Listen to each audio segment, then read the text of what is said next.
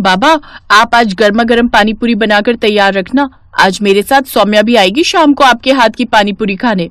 हाँ हाँ लाडो, आज तुम दोनों सहेलियां कॉलेज से लौटते वक्त मेरे ठेले में आना। मैं तुम दोनों के लिए गर्मा गर्म पानी पूरी बनाकर खिलाऊंगा। हाँ मेरे प्यारे बाबा। रीना खुशी खुशी बस पकड़कर कॉलेज चली गई। कॉलेज में सौम्या को भी उसने ये बात बताई तो वो भी बड़ी खुश हुई। हाय, हरिया काका के हाथ की गर्मा गर्म पानी पूरी तो मुझे भी बहुत पसंद है। गर्मा गर्म पानी वो तो मैं भी खाऊंगी, वो तो मुझे भी बड़ी पसंद है, मैं भी चलूंगी खाने। ठीक है, फिर तुम दोनों चलना। शाम को रीना अपनी दोनों सहेलियों के साथ अपने बाबा के ठेले पर आ जाती है।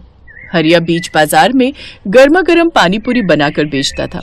इस तरह की पानी पूरी शहर में कोई नहीं बेचता था, इसलिए कुछ अलग नाम सुनकर सभी उसके ठेले पर पानी पूरी खाने जरूर आते।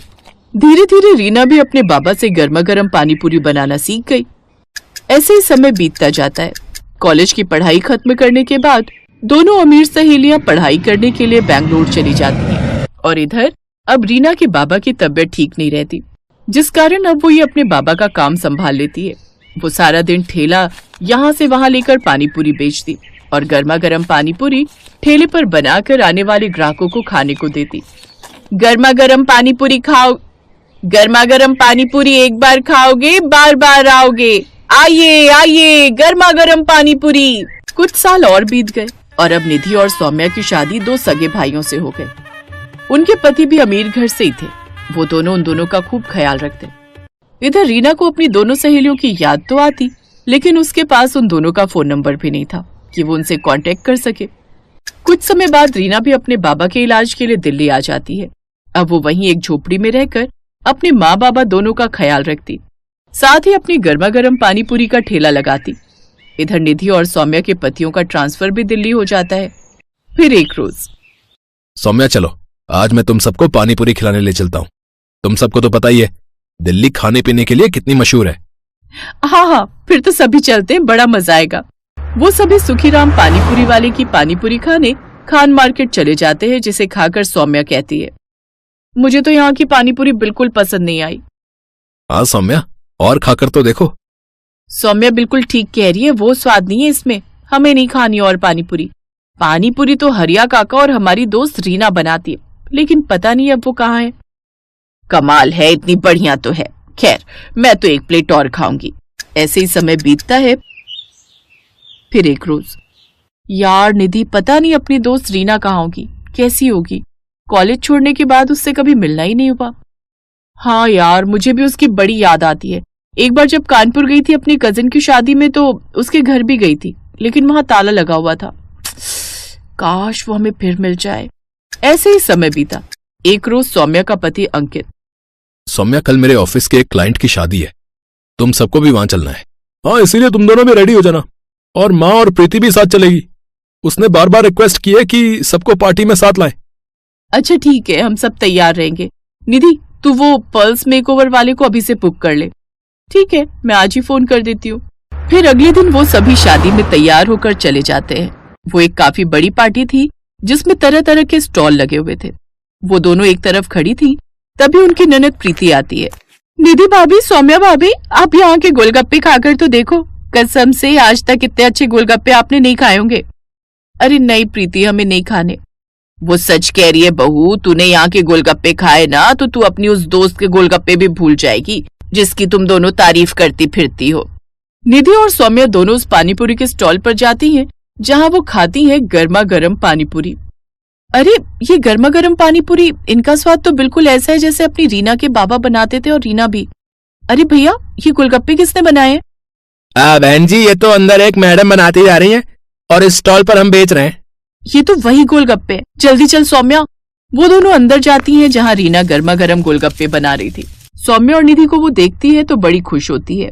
सौम्या, निधि, तुम दोनों यहाँ, तुम दोनों की शादी हो गई, कितनी अच्छी लग रही हो तुम दोनों।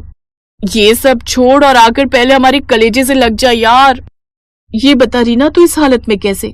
इतनी पढ़ी लिखी होकर भी तू ये सब शादी में गोलगप्पे बनाकर बेच रही है।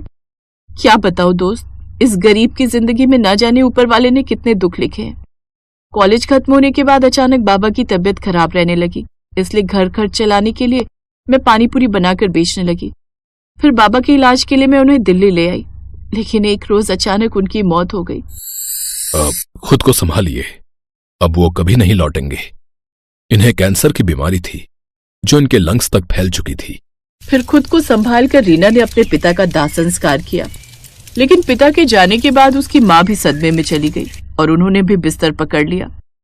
और फिर एक रोज, मेरी बच्ची, मेरे अलावा तेरा इस दुनिया में है ही कौन? अगर तेरे हाथ पीले हो जाते तो मैं बेफिक्र होकर मर सकती थी। नहीं माँ, मैं बड़े से बड़े अस्पताल में तेरा इलाज कराऊंगी। रीना ने दिन रात पैसे जमा किए थे। उसके पास जो भी थोड़ी बहुत जमा पूंजी थी वो सब माँ के इलाज में खत्म हो गई। साथ ही कुछ पैसा कर्ज पर उठाती है, लेकिन वो भी खत्म हो जाता है। और इन सब के बाद भी वो अपनी माँ को नहीं बचा पाई। तू भी मुझे छोड़कर चली गई माँ, अब मैं अनाथ हो गई। मैं किसके भरोसे रहूंगी? अब मैं थकी हारी काम से आऊंगी तो कौन मेरे सर पर प्यार से हाथ फेरेगा माँ? कौन?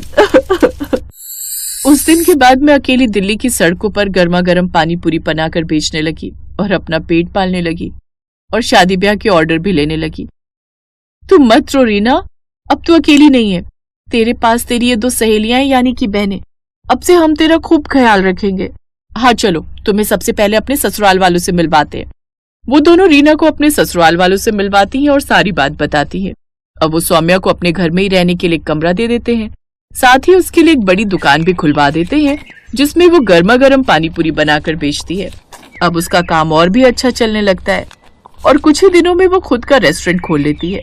फिर कुछ समय बाद अंकित के एक दोस्त को रीना पसंद आ जाती है और वो उससे शादी कर लेता है। और अब रीना भी खुशी खुशी अपनी जिंदगी जीती है।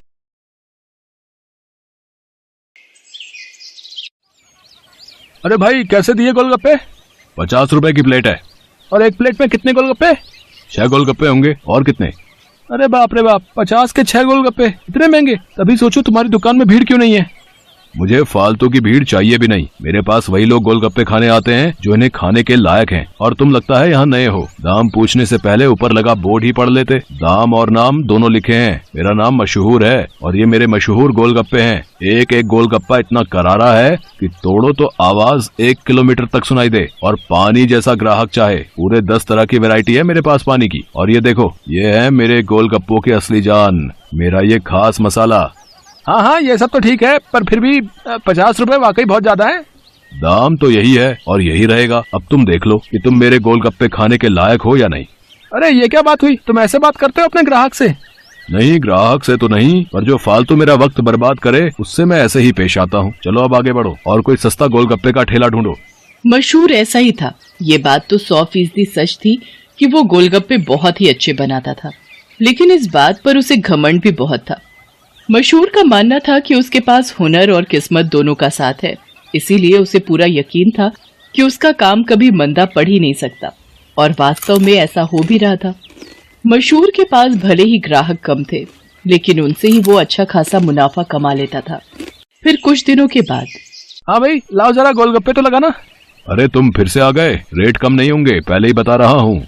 हाँ हाँ, मैं तुमसे कम करने को कह भी नहीं रहा हूँ। ऐसा करो, सिर्फ मुझे नहीं, इन सबको भी गोलगप्पे खिलाओ और इन सबके पैसे मैं दूंगा। पगला गए हो क्या? अब ऐसा करो, पहले पैसे रखो मेरे सामने, फिर बात करना।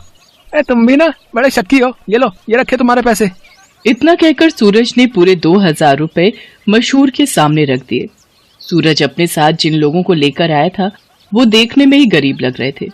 मशहूर ने सभी को गोलगप्पे खिलाए, जिसके पैसे सूरज नहीं दिए। फिर सबके जाने के बाद, क्या बात है भाई, कोई लॉटरी वॉटरी लग गई है क्या? अभी तो नहीं लगी, पर जल्दी लगने वाली है। क्या मतलब? तुम्हें कैसे पता कि लॉटरी लगने वाली है तुम्हारी? क्योंकि निरंजन बाबा ने मुझसे ऐसा कहा है। वो बहुत ही बड़े सिद्ध बाबा है। उन्होंने मुझसे कहा है कि मैं जितने लोगों का पेट भरूंगा वो भी बिना उनसे कुछ लिए मेरी लॉटरी लगने के उतने ही चांसेस बढ़ जाएंगे। तुम भी निरे उल्लू हो भाई, हैं? बाबा जी ने तुम्हें गरीबों को खाना खिलाकर कुछ भला काम करने को कहा होगा। जितने पैसे तुमने मेरे गोलगप्पे खिलाने में खर्च किए, उतने में तो तुम पूरा भंडारा कर सकते थे। मैं जानता हूँ, पर मुझे इन लोगों को कुछ ऐसा खिलाना था जो इनके बस के बाहर हो। खाना तो कोई ना कोई इन्हें खिलाई देता होगा, पर तुम्हारे गोलगप्पे वो इनके नसीब में कहाँ से आते? और बाबा जी ने मुझसे यही तो कहा था कि जाकर किसी का नसीब बदलो, तो मैंने बदल दिया। अब देखना, मेरी लॉटरी जरूर लग जाएगी। मशहूर और सूरज बात कर ही रहे थे कि तभी सूरज का फोन बजने लगा। हेलो, हाँ भाई, क्या तू सच बोल रहा है? सच में? वाह वाह वाह भाई, मजा आ गया भाई, मजा आ गया। तुम